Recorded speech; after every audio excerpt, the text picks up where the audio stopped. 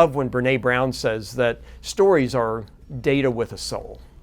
Stories reach the head and the heart.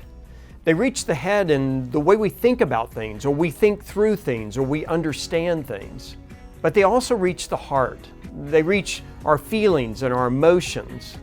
They reach in a way that makes it meaningful for us. And it's the power of the intersection of the head and the heart that makes stories so memorable. Just recently, I was in the Chicago office for KPMG, and I was standing in one of the training rooms on the 55th floor, and there was a gentleman that stuck his head in and said, "Oh my gosh, John Blumberg." He said, "I was in one of your presentations 10 years ago, and I still remember that story that you told." And it's amazing because we hadn't crossed paths in 10 years, but 10 years later, he still remembered the story.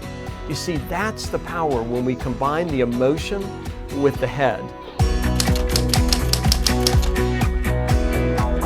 One of the things I find that people often say is, "I have no stories." And I want to tell you that every single person has a story.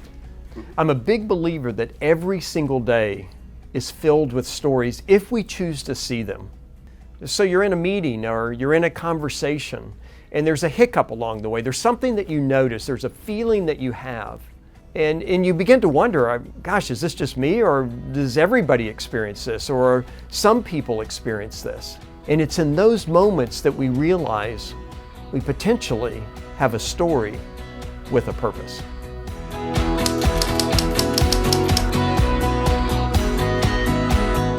We're not talking about telling story for just the sake of telling story.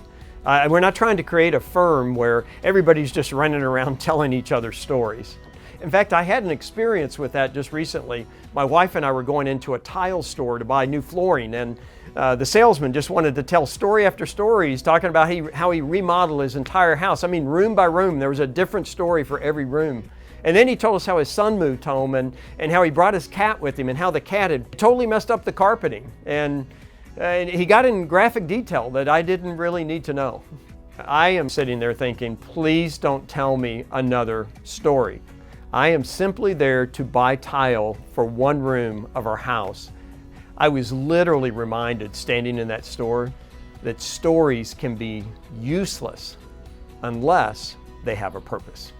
I frame it in 5 W's: the who, the what, the when, the where, and the why.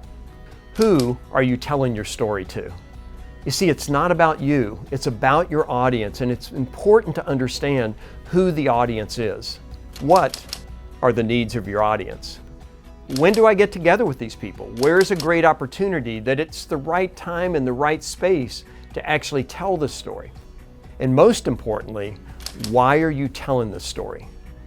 I believe this is where the leadership component comes in. And understanding the why is going to determine the impact, the effect that your story has.